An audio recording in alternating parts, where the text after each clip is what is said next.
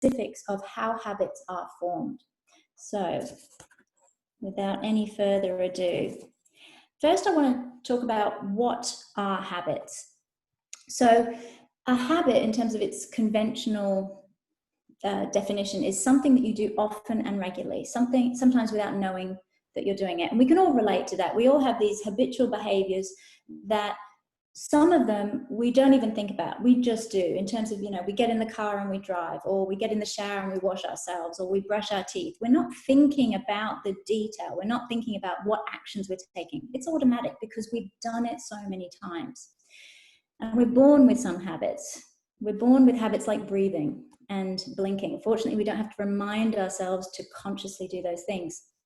However, our other habits are ones that we've developed over our lifetime. They're habits that we've either modeled and copied from someone, or we've developed them in response to something. And we've also changed and let go of some habits. If you think about it, you might have had some habits pre-surgery that you no longer have now, or you might have had some habits as a child or when you were younger that you no longer have now. So the good news is that we can take on habits and we can let go of habits. And habits can have an absolutely powerful impact on our life. If we have positive habits that make a difference, a positive impact, they nurture us, they empower us. For example, we have habits, I trust, of brushing our teeth twice a day. We have habits of showering. We have habits of kissing and hugging our loved ones hello when we see them in the morning or the evening. And obviously, with COVID going on, for a lot of us, there's that anticipation of when we're able to reduce that social isolation and that social distancing, that we're able to get back into that habit of hugging and kissing our loved ones hello. We can also have habits, though, that hold us back. They keep us stuck, or they get in our way, where they stop us from growing, they stop us from moving forward. Habits like maybe doing overwhelm, habits like procrastination, habits like eating unnecessarily, and so on. And these habits can really impact our happiness, our health, our experience of our life in very powerful ways.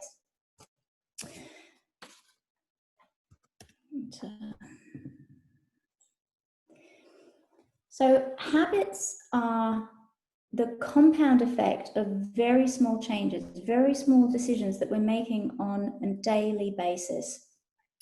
And this is important because we can often dismiss the small changes and the small decisions. For example, if I decide to go for a walk 2 or 3 times this week, I'm not necessarily going to be any healthier or fitter at the end of the week than I am right now. Likewise, I can eat ice cream 3 days this week, and I'm not necessarily going to be any less healthy at the end of the week than I am now. However, if I repeat those behaviors, they stack up and they develop over time. And what we can end up with after days, weeks, months, years are actually big results. We can have results that we love or results that we don't love. And so it's really important for us to be aware of our trajectory. Overall, are we going in a direction that we want to go in, or are we actually going in a completely opposite direction?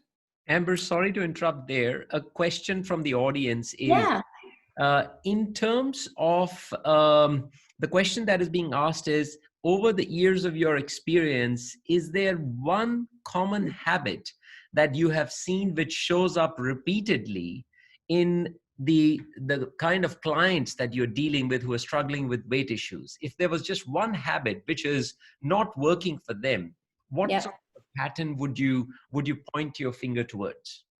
Definitely emotional eating, comfort eating. That would be the one that most people struggle with.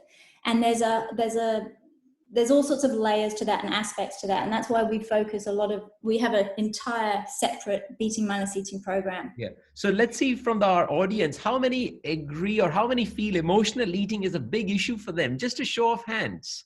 Just a show of hands that, if they were able to overcome just one aspect. So already 11 people have raised their hand. So there you go, I think it is quite pertinent that emotions drive our hunger, isn't it? Absolutely. Well, and what I'll be talking about in a moment is the fact that emotions drive everything. We're emotional beings, so our emotions are driving everything. And all through in our teaching, in our learnings, in our education, we are told, don't make emotional decisions, don't get emotions, make logical decisions. Isn't that like so counterintuitive? And it's very paradoxical, I would say, as well. Yeah, and especially when we're labeling emotions as either positive or negative or good or bad, they're actually all useful. They're all giving us signals that life is or isn't stacking up to the way we want it to be, and allowing ourselves to feel those emotions and experience those emotions is one of the most powerful ways we can actually interrupt an emotional eating habit. Yeah. I felt that was a very pertinent question to what you were saying, so sorry to interrupt, but I thought, and I'll keep doing that if I find that it's a very pertinent question. Absolutely. So, very happy for you to continue. Thank you. Okay. So the other piece I want to emphasize here in this idea of small steps being powerful is that there's actually a delay between when we start taking action and when we start to see results. And I trust you might be able to resonate with that. I've certainly had that experience where I've started a healthy habit and I've taken action and I've kept it up and I've been really disciplined. And then after a week or 2 or 3, I get a bit fed up because nothing's changed. And I think this isn't working. And what I know now is that even though on the surface it looks like there's nothing happening, there's actually a lot of power and change being accumulated, and there's progress being made under the surface. And what we have to do is actually embrace this lag time. We embrace this delay because all of that energy is being stored up until we burst through this plateau. And it's the same whenever we're taking action with a habit or a behavior that's not so healthy. We think we're getting away with it sometimes, whereby we're doing a particular behavior and we're not necessarily seeing any change, and then all of a sudden we start to see the results. And I trust we can all possibly relate to that. So we've got to embrace that lag time. We've got to persist even when it looks like nothing's happening, because all of that energy is being stored up and every single step does count. So I want to emphasize that. So let's look at habits, because we often see habits as sort of isolated, solid behaviors, but they've got phases.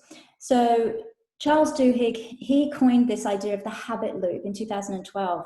And then James Clear amended it to have a 4th step. So there you can see the habit loop. And a lot of what I'm sharing tonight is based on James Clear's work, and I thoroughly recommend that as a book. So what we've got with a habit is 4 stages. The cue is the trigger. It's the kind of the bit that sets off everything in motion. And what it does is it sets off a craving in anticipation of a reward. Now, this cue or this trigger can come through our senses. So I might get a visual cue of some ice cream, and I'm using ice cream a lot because I enjoy ice cream and that's something I have to be aware of. I might see a visual cue of ice cream or some food or something, and then that sets off a craving in anticipation of the reward of the pleasure of eating the ice cream, for example. I might get a kinesthetic cue of feeling cold on my skin, and that sets off a craving in anticipation of the reward of warmth, because then I take the response of getting myself a jacket. I might get the auditory cue of my phone buzzing, and that sets off a craving to check my phone because I am anticipating the reward of feeling connected or distracted, and so on. So then we've got the craving, and the craving is the actual emotional driver. And as I was saying before, we are emotional beings. We often think that we're craving something in particular, for example, cheese or Netflix, and what we're actually craving is the emotional change that we think that we're going to get. So I'm not craving cheese, I'm craving how I think cheese will make me feel. I'm not craving Netflix, I'm craving that experience of distraction or entertainment, and so on. And it's really important to be aware of what's the emotional driver below that kind of surface craving, because that can give us a lot of insight into what we're needing in the moment. The response is the actual behavior. I turn on the light, I put my clothes on, I floss my teeth, I tell myself I'm amazing, or I don't tell myself that I'm not going to succeed, whatever it is. Because remember, these responses can be thoughts and actions in terms of habits. And then the reward is the actual emotional change that we're going for. So I've got a few examples here.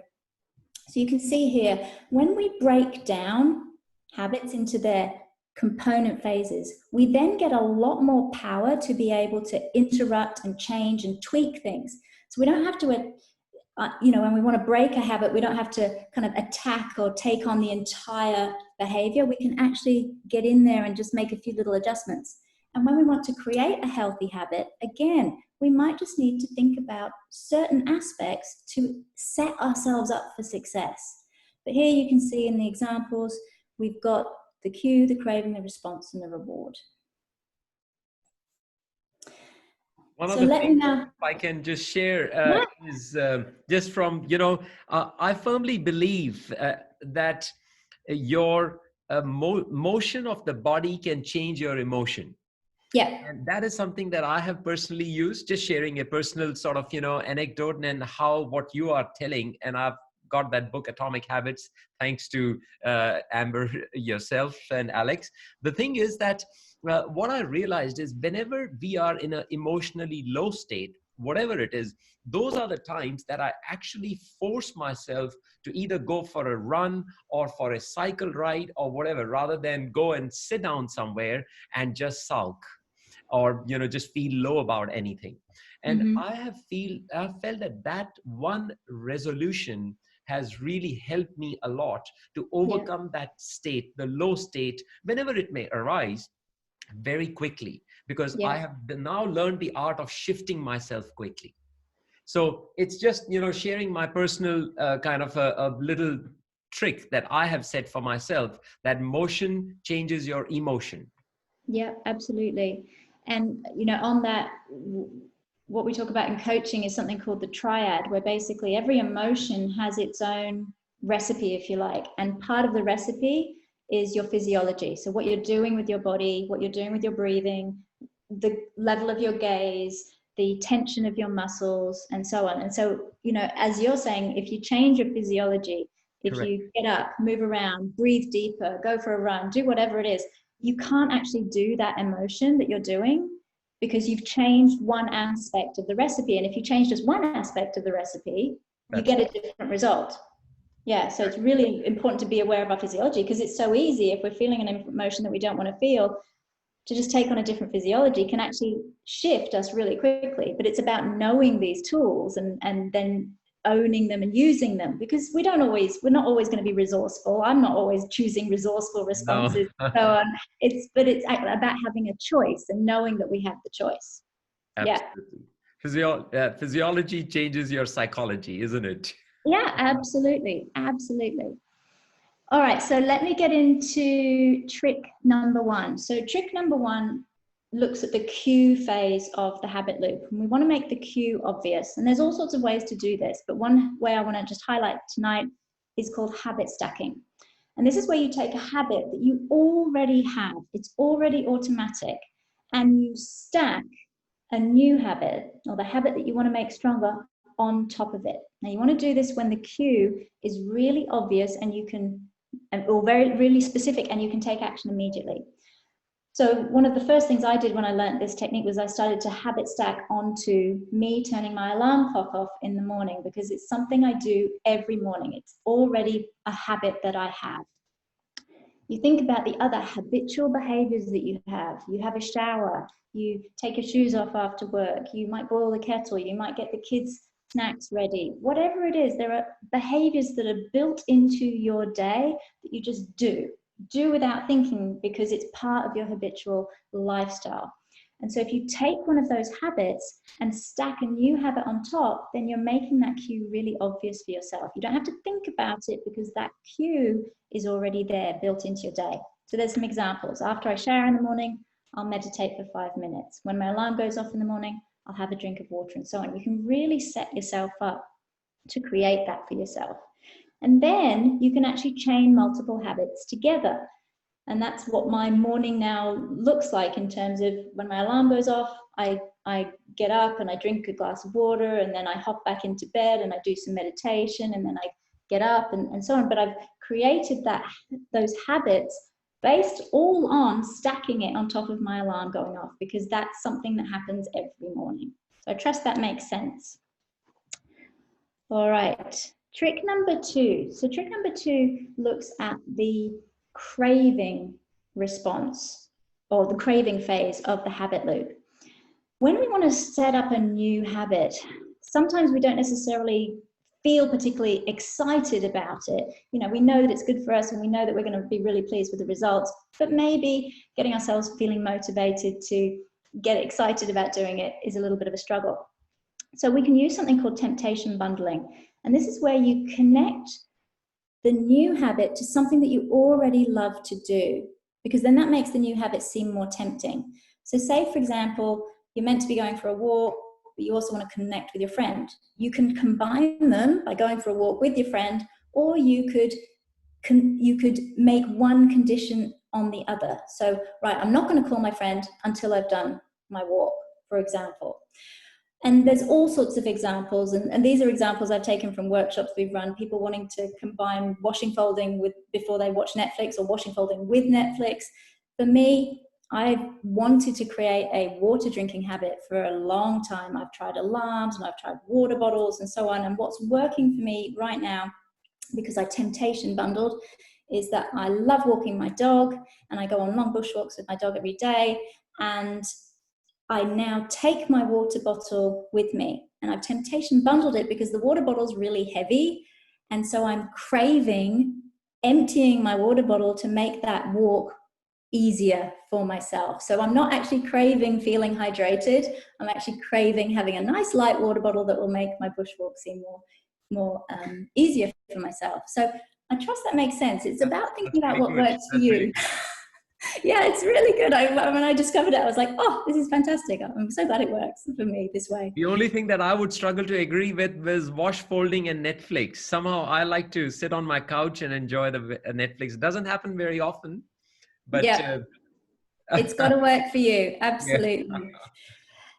But what happens is basically over time, you start to associate the new habit with the pleasure of the thing you love doing. So now I can associate drinking my water bottle with the enjoyment of walking my dog, or you might associate the pleasure of a hot shower once you've done your workout, and so on. So it's about kind of working out what's going to work for you. And then finally, trick number 3 looks at the reward phase. So we want to make the reward satisfying, because when the reward is satisfying, it's much more likely that you'll repeat the behavior. And this is key because we often hear it takes 21 days to create a habit. And what James Clear found was that it wasn't actually time-based, it was repetition-based. So when we want to create a new habit, it comes down to how many times we can repeat the behavior to create that really lovely, strong neural pathway in our head that's there for all of our habits, because we've run them so many times. And we want to create that neural pathway where it just becomes automatic for ourselves. Now, the way the human brain is set up, unfortunately, is that we love immediate gratification. However, most of our healthy habits tend to have payoffs in the future. So, for example, I might go for a walk today, but I won't necessarily see the benefits of doing that regularly until I'm in the future somewhere. However, not going for a walk today might feel more relaxing in the moment. So the benefit seems to be in the moment of not doing the healthy habit. So we want to set ourselves up to get that instant gratification some way.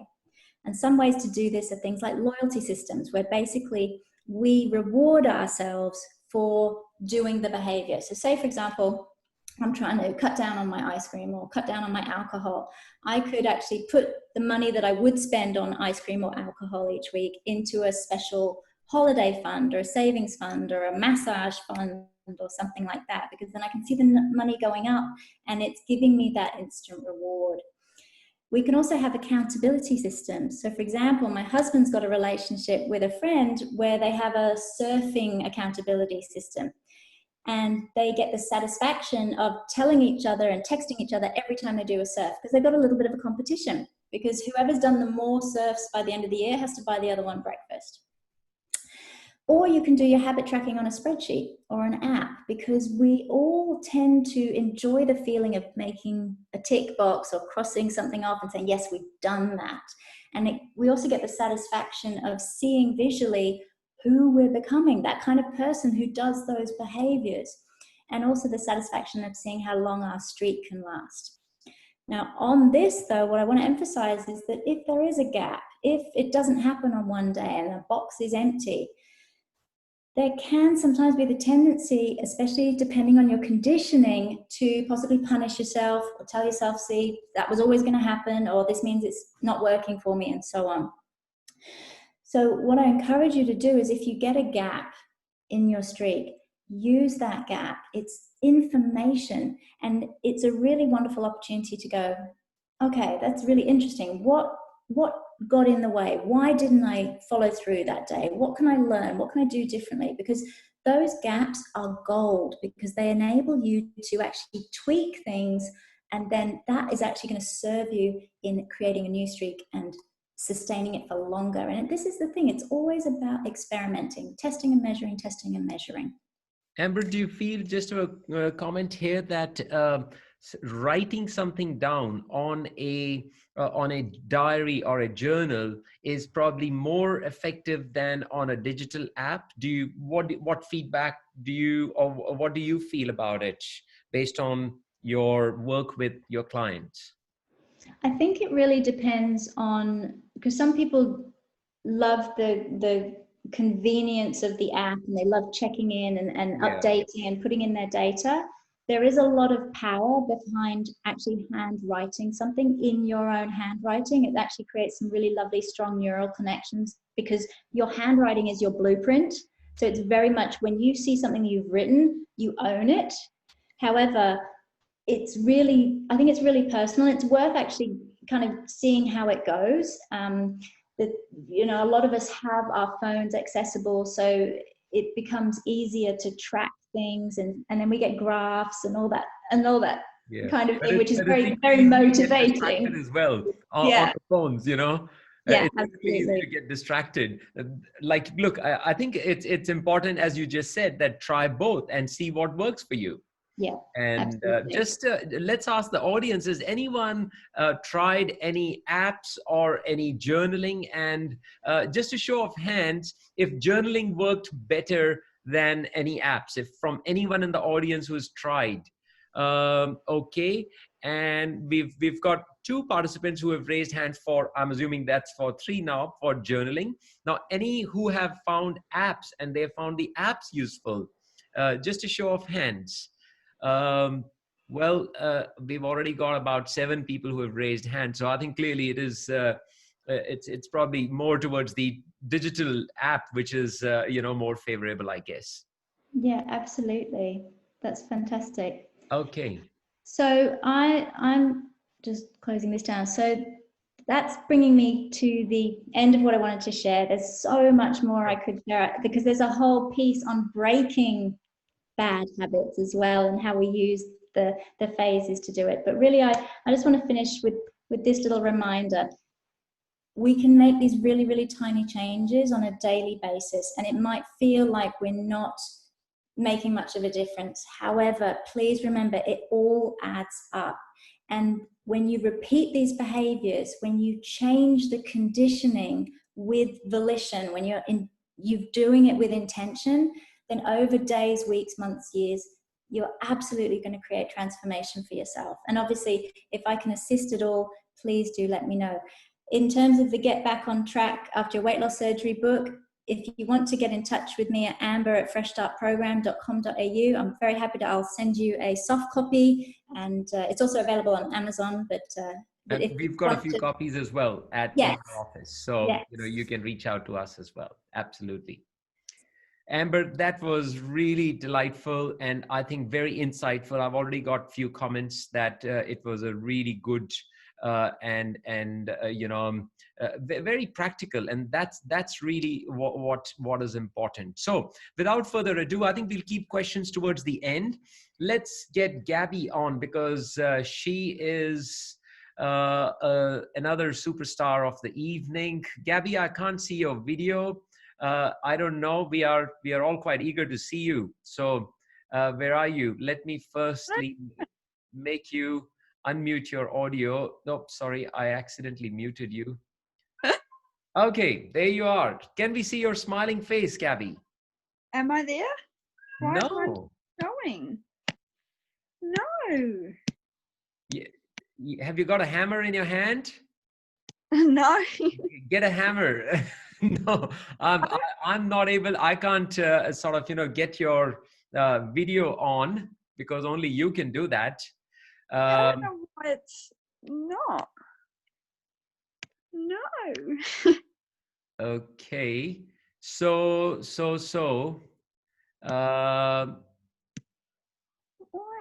is it? Okay.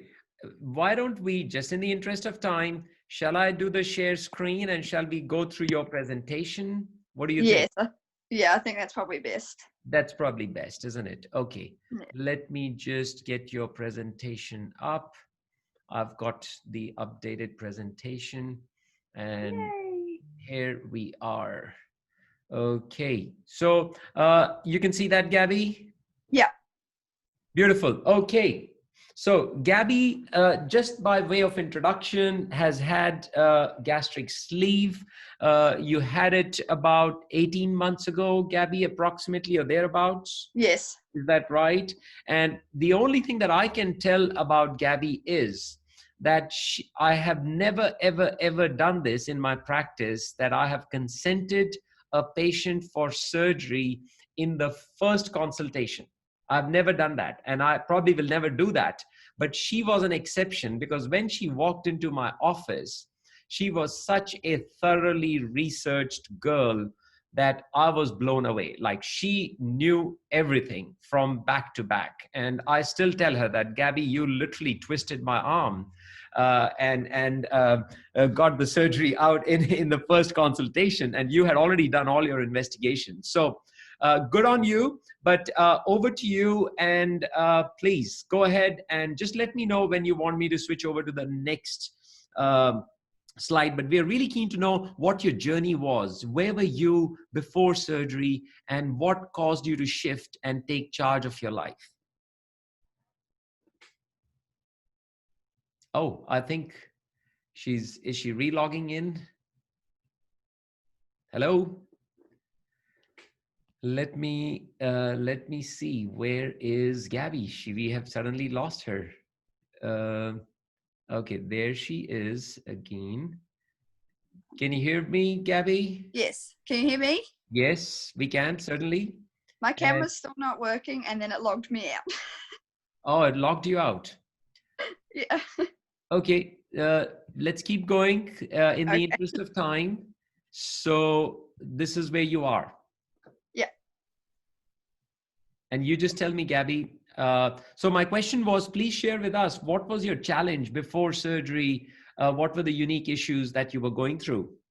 I personally have struggled with joint issues. So I've had hip surgery, knee surgery, a lot of broken bones. And you're only 22, is that right? I'll be 25 in August. 25. So I had hip surgery when I was 12. Were these all sporting injuries, or Gabi? No, they actually ended up being a calcium issue with my bones. Right. Because I've broken 8 bones. I've had several dislocations. And then obviously when I was 12 and had hip surgery for a dislocated hip, I was 72 kgs then. Right. So I was already overweight because of having several injuries, which made exercising hard, and then being in like a wheelchair after surgery and 2 years of physiotherapy, it made things very difficult. Yeah. Yeah. Okay. So what happened then, what was the point where you said, you know what, nothing's working and I need to do something about it?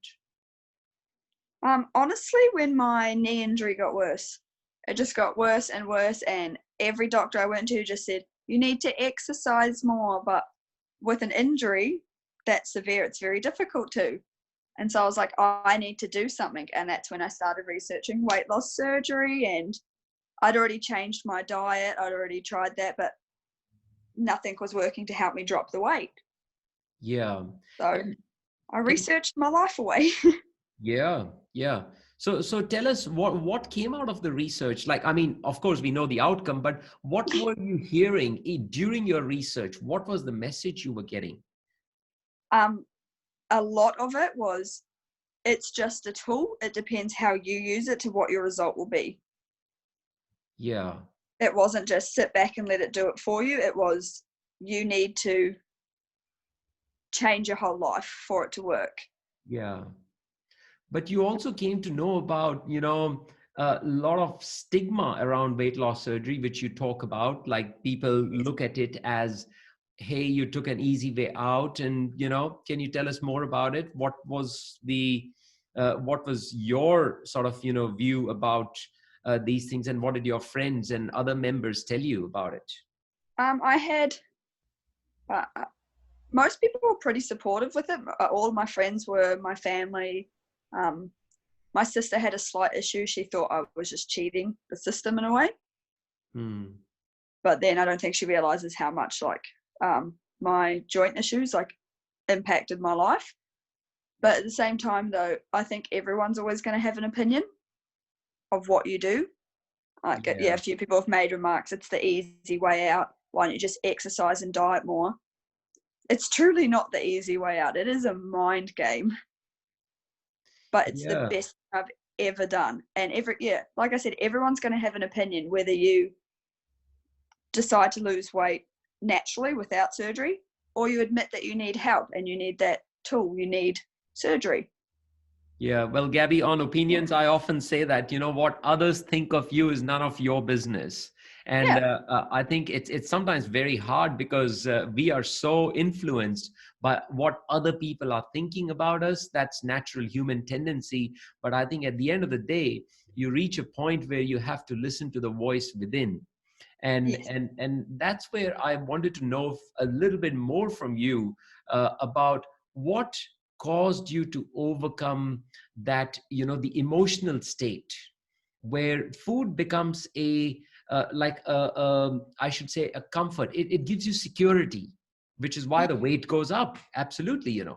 And as you've just said, it is all a mind game. Surgery is a tool, but it's all a mind game. So how did you overcome that emotional aspect of, those, because those things did not change. You just had surgery on your tummy. So it was a lot of, I relate it to food addiction is like someone being like an alcoholic, but you can't just cut food out.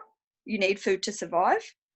So you need to come to terms with it being, I need it to survive, but I don't need to kill myself by eating it. Yeah. And so I actually switched from using food as an emotional thing to using exercise as an outlet to deal with my emotions. So it's hard to make that switch though. So I still have days where I'm like, I just want to eat like 5 donuts and a bowl of ice cream. I can't eat that amount. I would be sick. Yeah. But it's not letting like one bad moment make the whole day bad. So you got that realization that one moment being bad does not mean that you have to ruin the whole day. Some days I'm super emotional and it sounds weird, but I give myself about 10 minutes to let that emotion out, be a bit of a sook and, I feel so sorry for myself. And then I'm like, nah, it's done. Move on with it.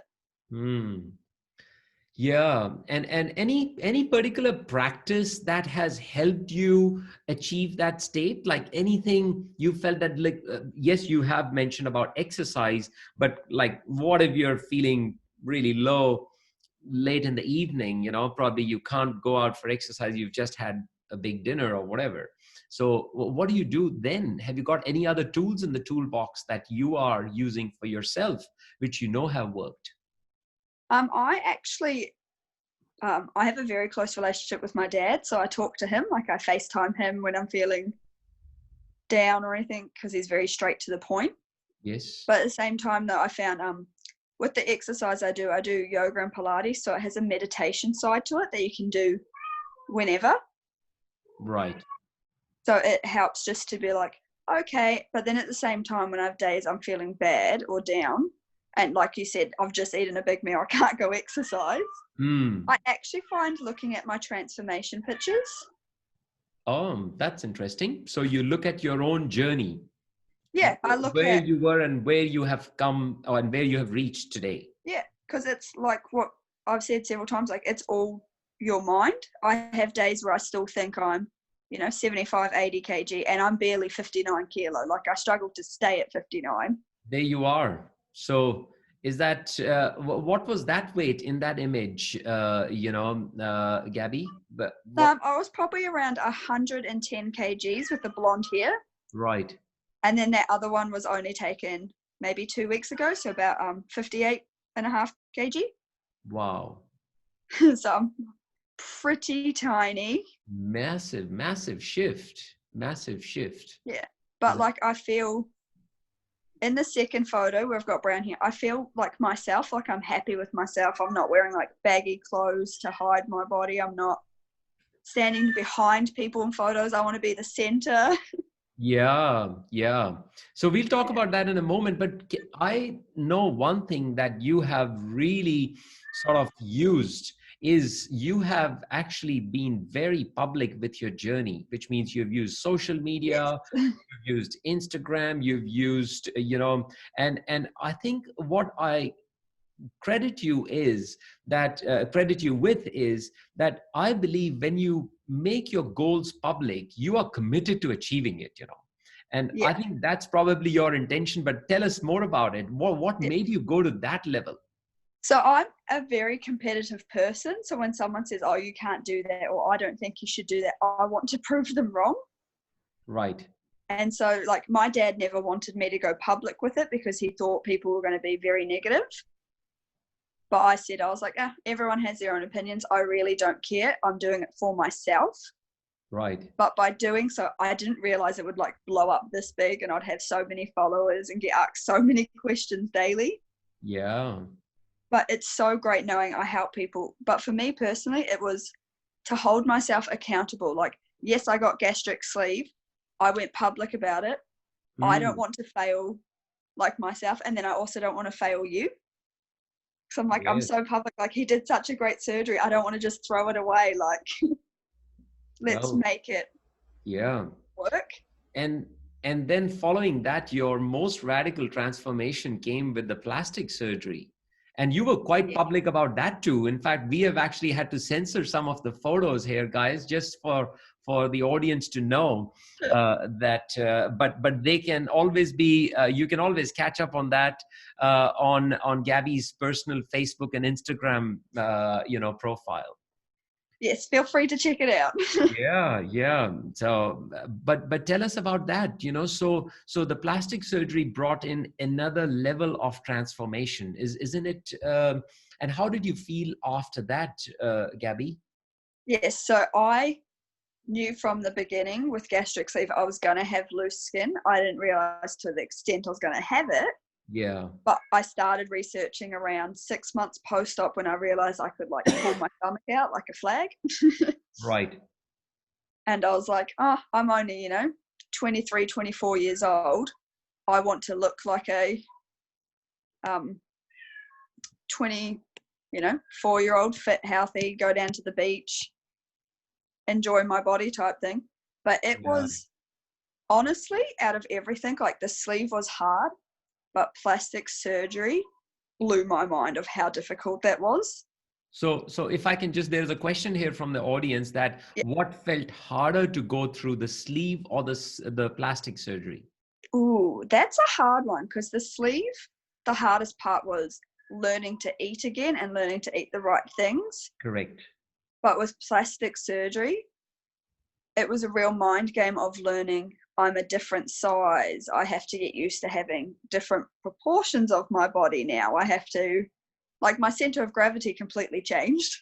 Yeah, it shifted upwards, didn't it? Yeah, like I had breast augmentation done. I went from flat chested to now I have a chest. Then I went from a bigger belly and bigger legs to I'm very tiny.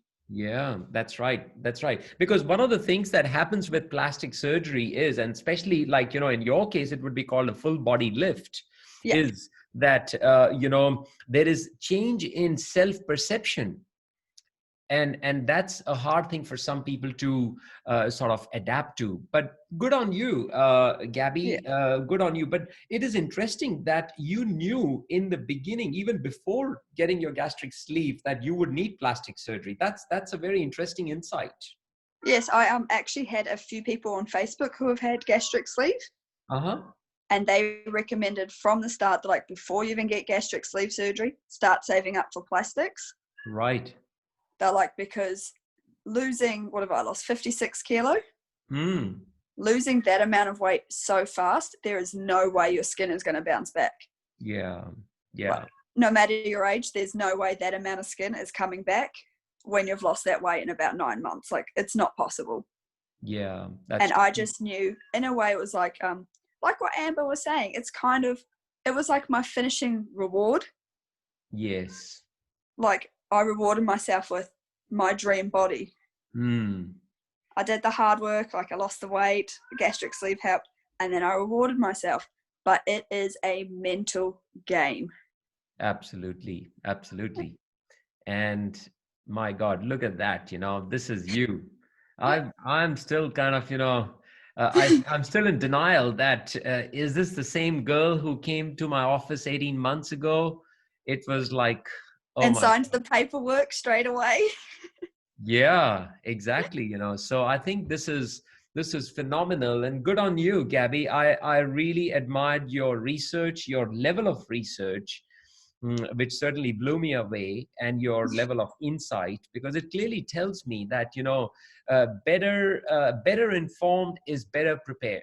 We always say this, exactly what to expect, what to do. And there is enough research out there now that this is a protocol, this is a system that we follow, and that's how you start to achieve results. And it's not just about your hospital stay, it's about what happens next. So very well done. I'll just have a look at one question. How's your joint pain now? There's a question from Patricia. It's actually very good. So I still need knee surgery, but now that I'm 56 kgs lighter, the recovery time is cut in half for it now. Right. And but everything perfect. Fantastic. So you need the surgery because of the damage that had already taken place, but you're not on long-term painkillers. No, I haven't been on painkillers for about. I did my knee at 16, and I turned 25 this year, so I've been waiting quite a long time to have it fixed. Right. But having the extra weight, it weighed down my cartilage, so they have to go in and replace it. Right. But other than that, I shouldn't need any more surgeries after that or anything. I'm not in any pain, especially now that I'm lighter. The only side effect I've had from losing all this weight is I freeze my butt off in this cold weather.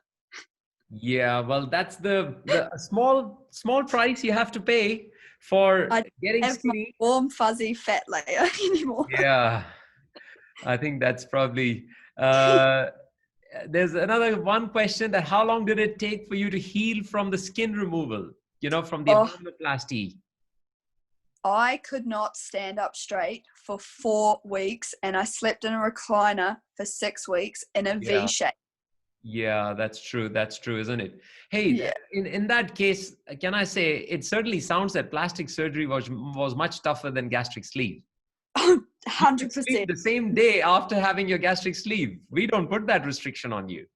Yeah, it was like sleeve was maybe a couple of nights, slightly raised up, and then recliner for like 8 weeks for my tummy. I know. Look, this is fantastic, and I can sort of say that, look, not everyone needs plastic surgery, but equally, I think if it is something that you are feeling that you will need it because your goal weight or wherever you see yourself comfortable, and if there is a big shift, there's a big drop suddenly and quickly, well, as Gabi is saying, start preparing yourself for it, because you might as well go the full Monty, as they say, and create that whole sort of transformation for yourself. Excellent. Gabby, that is amazing. I'm going to now just share, we've got literally 6 minutes, and I think I probably would have just 2 or 3 slides that I want to share. I'm going to just cut short my presentation, which essentially has, let me just find my presentation first, because I think what is crucial to understand is that there is certainly a way of, I should say, looking at the way your body and your mind interact with each other. And what I want to share with you guys is that the thing about weight loss surgery is that it creates a shift in the gut brain axis. Now, yes, I've said this many times. This is something that is well known, that the hunger hormones which are changed after surgery, especially in Gabby's case, like the gastric sleeve or the gastric bypass, as might have happened in other individuals' cases, it causes a shift in the hormones and also changes the gut bacteria. And that is well documented. But I think what I want to make a point very clear over here is, how do you use that information and now start to create a lasting behavioral change, which Amber said is like a new habit. And it is pertinent to understand that in your brain, you have 3 minds. Your conscious mind, which is up the top, is gathering all the information that you are receiving: diet, exercise, sleep, stress management, water intake. All that information is trying to go from your conscious mind to your subconscious mind, which is where your habits live.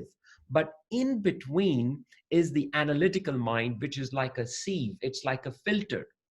Now, watch what happens when you are, so this analytical mind is the gatekeeper.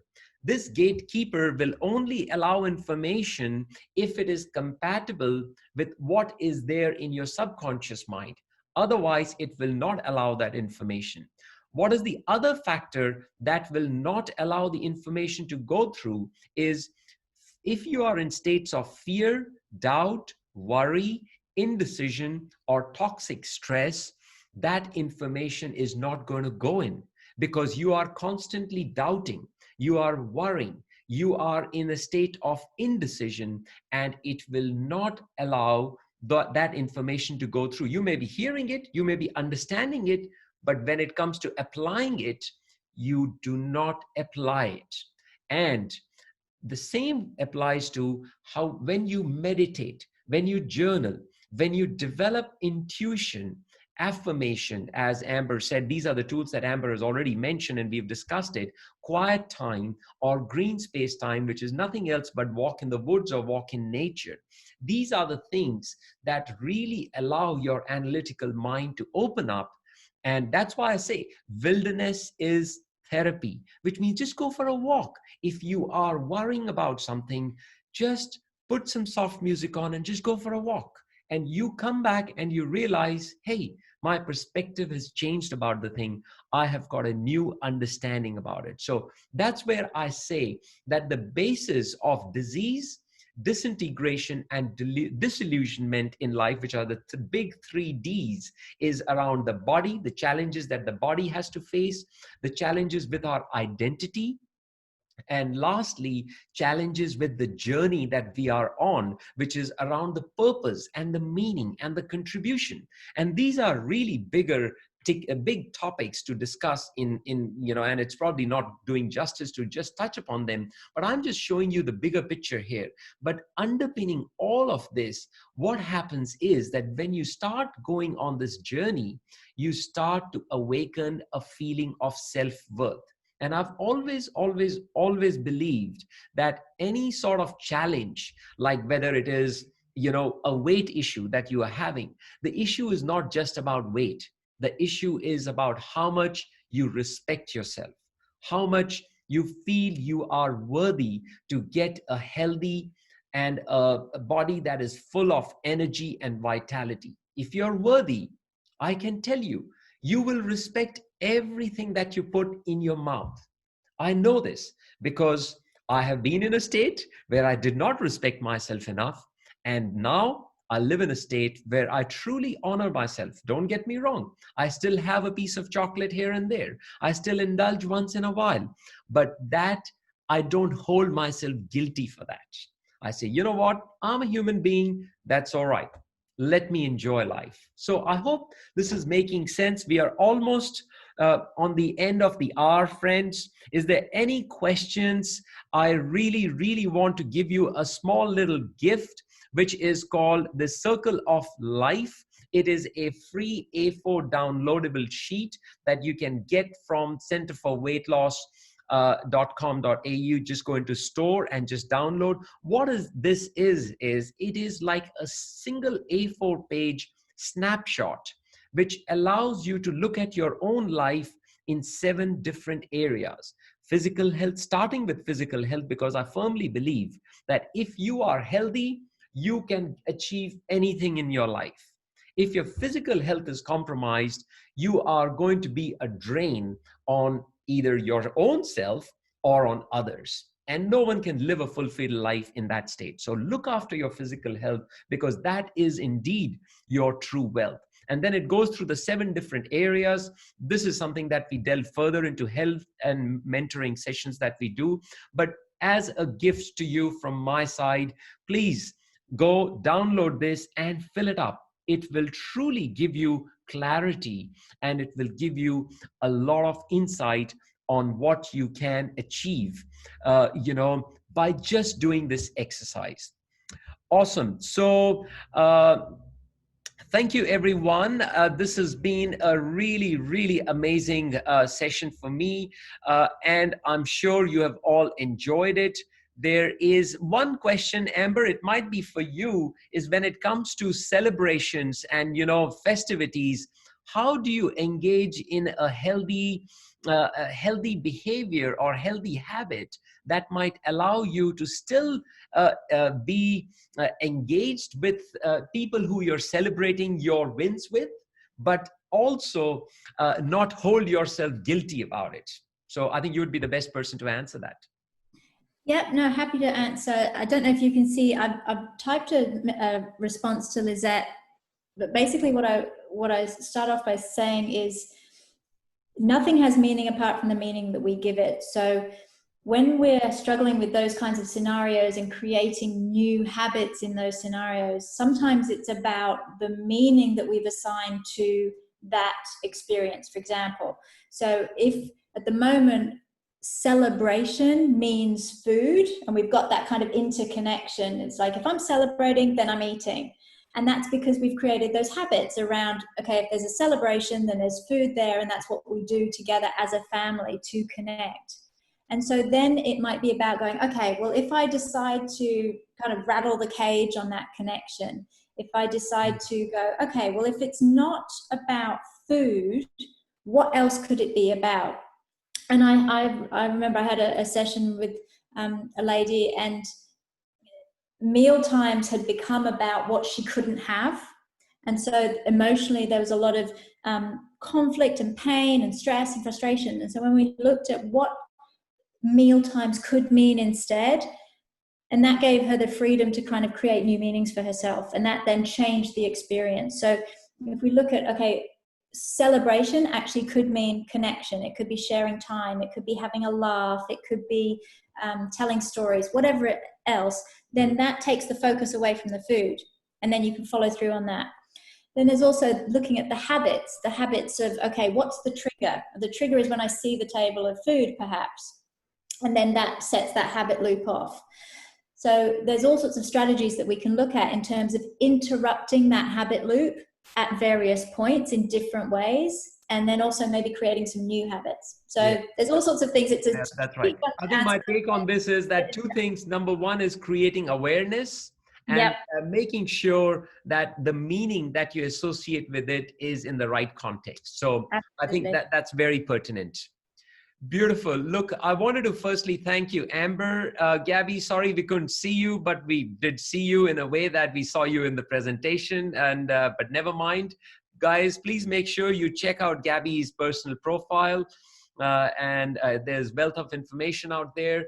And I want to thank my other co-host, Daniela, who I know is on the call, and she's been a bit busy, but look, Danny, you are in our thoughts, and we look forward to seeing you again. And also the next week's topic is going to be busting some dietary myths. That is part 2, and our dietitians are going to be making it really, really engaged in a way that they have got a few dietary myths which we have received from your feedback and which we are going to be incorporating. So thank you, everyone.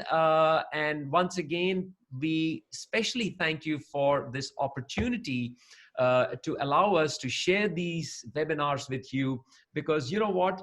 I can say honestly, yes, we do all the work in our own spaces, but it is an amazing opportunity for us now to collaborate, like people like Amber and whoever we have been working with.